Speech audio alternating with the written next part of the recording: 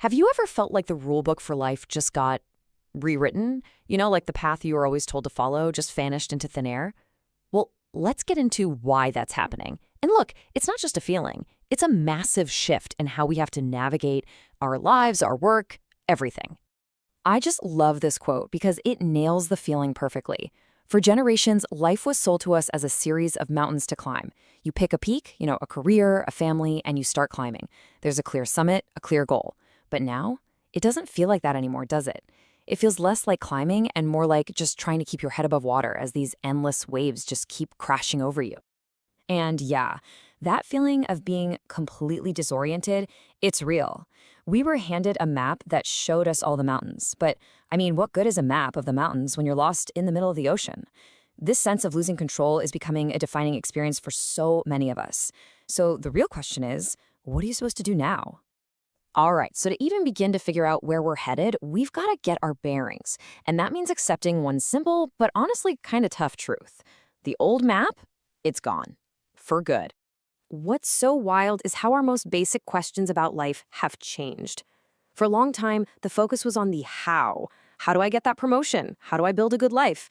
But when you're facing these relentless waves, that question just kind of melts away into this feeling of resignation. What can you do? It is what it is. You see that shift? It's a drift from looking for a method to just accepting this feeling of powerlessness. And here's the thing. The problem isn't us. We're not incapable. The problem is we're using the wrong tools for a totally new game. It's like we showed up to the ocean with hiking boots and a trail map, and we're just standing there wondering why we're sinking. But, it's not just about the outside world changing. A lot of the time, the biggest things holding us back aren't out there at all. They're the invisible fences we build around ourselves. Think of it this way, and we'll borrow an idea from quantum physics. A particle can be in a bunch of different states at once, until you look at it. The moment it's observed, it snaps into one single reality. We're kind of like that. Inside you right now is the potential to be a leader, an artist, a scientist, all at once. But then you observe yourself, or your family does, or society does. And you say something like, oh, I'm not a creative person, or that's not for people like me. And bam, all those other possibilities just collapse into one single limited box. And that's why it's so hard to get out of that box. So much of our education, our upbringing, it teaches us to accept the rules and the labels we're given without ever questioning them. We learn to just accept the map and never ask if there might be another way to travel. Let me give you a really concrete example that might hit home. Have you ever really, truly stopped and asked yourself this question? It's a standard that's buried so deep we don't even see it as a choice. Look, the point isn't that earning in dollars or euros is better. The point is, did you ever even consider it? The fact that most of us haven't shows you just how powerful these invisible fences really are. So, breaking free from these invisible rules, it's not just some smart-sounding idea. It gets at something way deeper, a fundamental need we all have as human beings. And when that need goes unmet, it causes real pain. This first idea taps into something we all get. Deep down, it's this powerful human need to be seen. Think about it. From a little kid proudly showing their parent a drawing to an older person sharing a story from their life, we all just want to be recognized. We want someone to look at us and acknowledge our effort, our pain, our existence. It's someone saying, I see you, you matter. And the second one, it's just as vital. We crave to be held. When we're in pain, we want an embrace. When we succeed, we want to be held in celebration.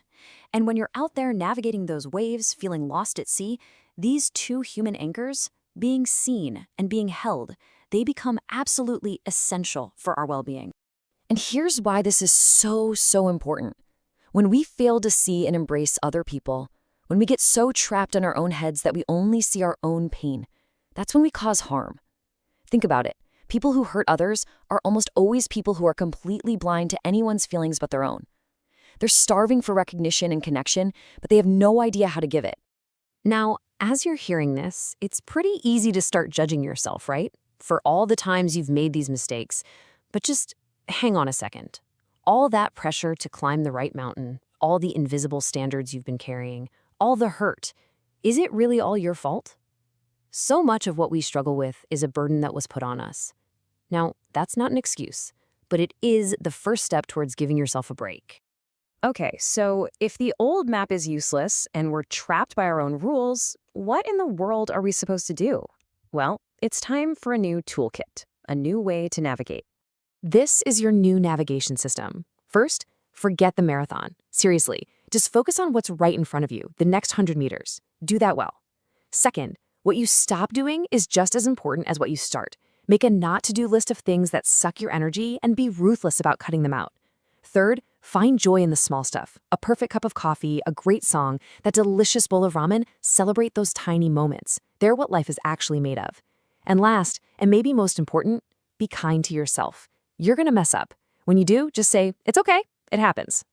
And honestly, this is the rule that ties it all together. Stop waiting for the perfect plan or the perfect time to start.